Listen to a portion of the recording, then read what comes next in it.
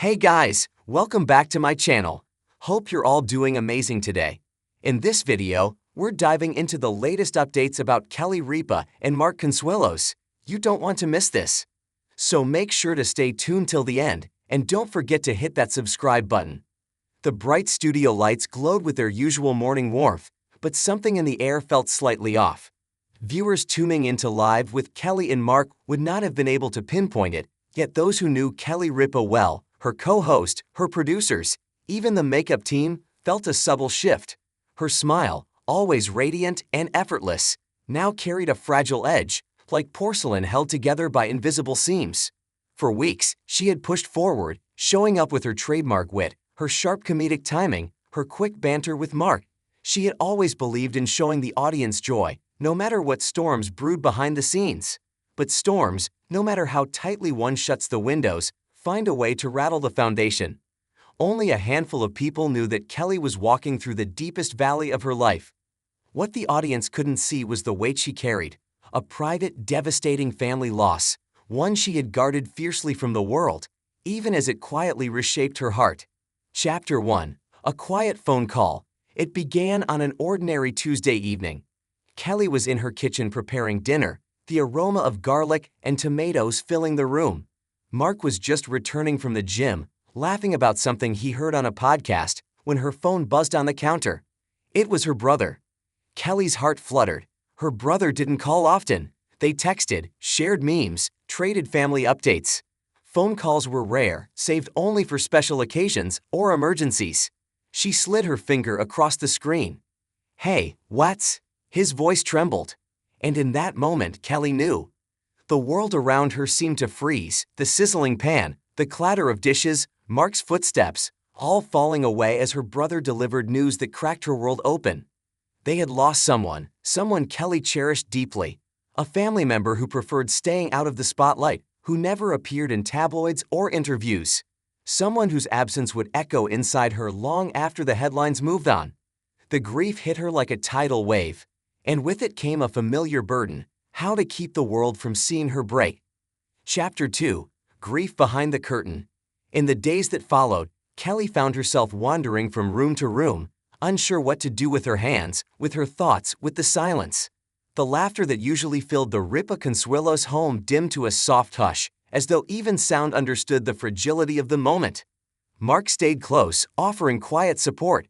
Their kids called more often, sending love, checking on her, telling stories to pull her back from the heavy shadows. But grief is a strange companion. It did not leave, even in the presence of love. Still, work awaited. Television did not stop for heartbreak. Producers sent schedules, scripts, guest lists. Life moved forward with clinical speed. Kelly stared at the emails, feeling a strange disconnect. How could the world keep spinning when hers had slowed to a crawl? But she knew herself. She knew what she did best. She showed up. On her first day back at the studio, the makeup artist noticed her eyes were slightly swollen, though perfectly concealed under concealer and mascara. Kelly joked about allergies. They laughed. It seemed believable. Yet when the cameras rolled and the audience applauded, Kelly felt an unfamiliar lump rise in her throat. She swallowed it down, lifted her chin, and smiled. A bright, practiced smile that kept her pain tucked away where no one could reach it. Except Mark. As they sat at the desk, his hand brushed against hers under the table, a silent question: "Are you okay?" And her hand answered back: "Not yet, but I will be." Chapter 3. The Whisper of Memories. Nights were the hardest. When the world went quiet, memories surged like a flood. Kelly found herself replaying old conversations, imagining what she would say if she could pick up the phone one more time. She remembered holidays around the table, years when everyone was younger, when laughter bounced through the house without effort. She remembered small details, inside jokes, familiar voices, warm hugs she always assumed she'd feel again. Now, those memories carried new weight. She kept a small box on her bedside table, letters, photos, handwritten notes. Some nights she opened it, letting the memories spill out. Other nights, she simply rested her hand on the lid, as though touching the box brought her closer. Mark often found her staring quietly at nothing, her expression unreadable. He didn't press. He simply wrapped an arm around her and let the silence speak for both of them. Their home, once filled with constant conversation, became a sanctuary of gentle stillness. Chapter 4, The Breaking Point. 3 weeks later, during a live segment, Kelly felt something inside her chest shift, like a thread pulled too tightly finally snapping. They were interviewing a guest about resilience after loss. The guest spoke with raw honesty about navigating grief, about learning to breathe again. Kelly listened, her expression soft and empathetic.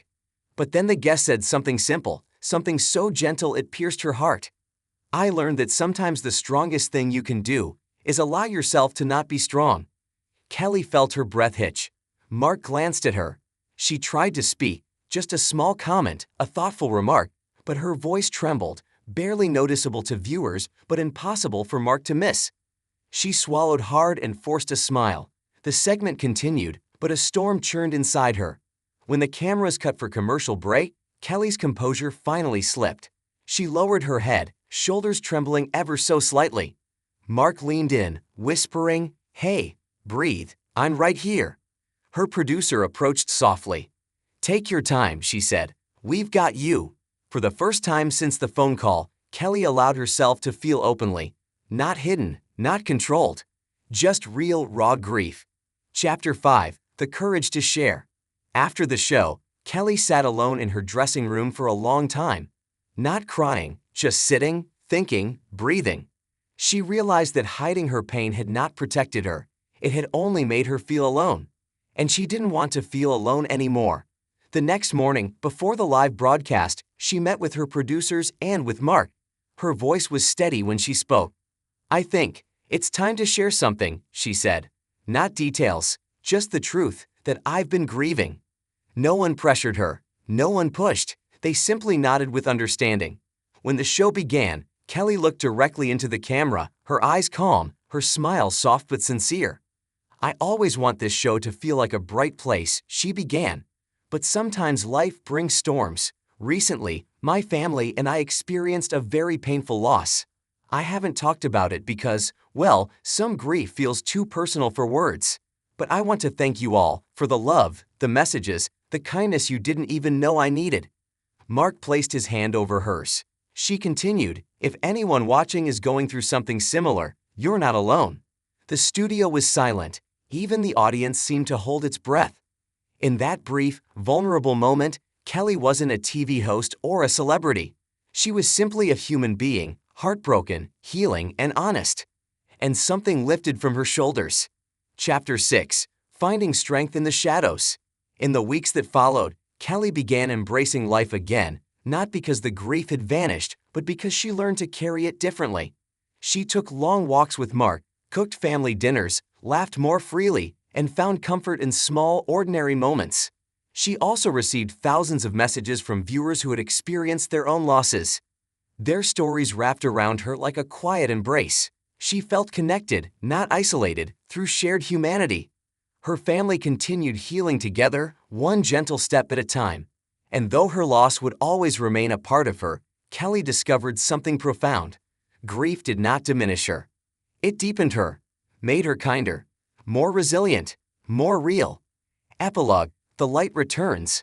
Months later, during a holiday episode, Kelly looked around the studio, at Mark, at the producers, at the audience, and felt something she hadn't felt in a long time.